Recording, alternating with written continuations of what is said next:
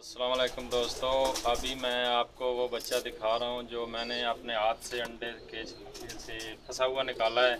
अल्हम्दुलिल्लाह बहुत सही है, इंशाल्लाह बच गया है, नहीं तो अगर ना मैं देखता तो मर जाता। अभी मैं आपको दिखाता हूँ।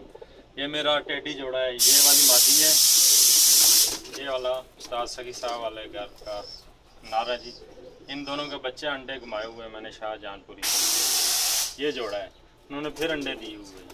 ये जोड़ा, ये इनका बच्चा मैं दिखा रहा हूँ जो मैंने अभी बचाया है। ये देखें, ये अभी मैं ना निकालता तो ये मर जाता। अल्हम्दुलिल्लाह अब सही है, बिल्कुल ठीक है जी।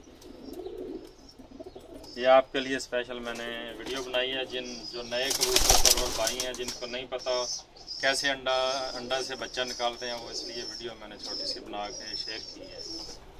ये देखें जी, माशाल्लाह तबारकल्लाह, ये टेडी मेरे बच्चे हैं जी, उस्ताद सखी साहब वाले प्यार के। बच गया माशाल्लाह, ठीक है जी।